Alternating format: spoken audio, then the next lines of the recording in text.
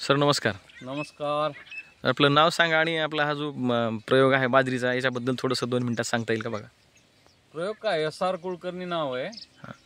हे महाराष्ट्रामध्ये विविध ठिकाणी असं तुर्कस्तानची बाजरी आणून पेरल्याचे एपिसोड बघितले होते.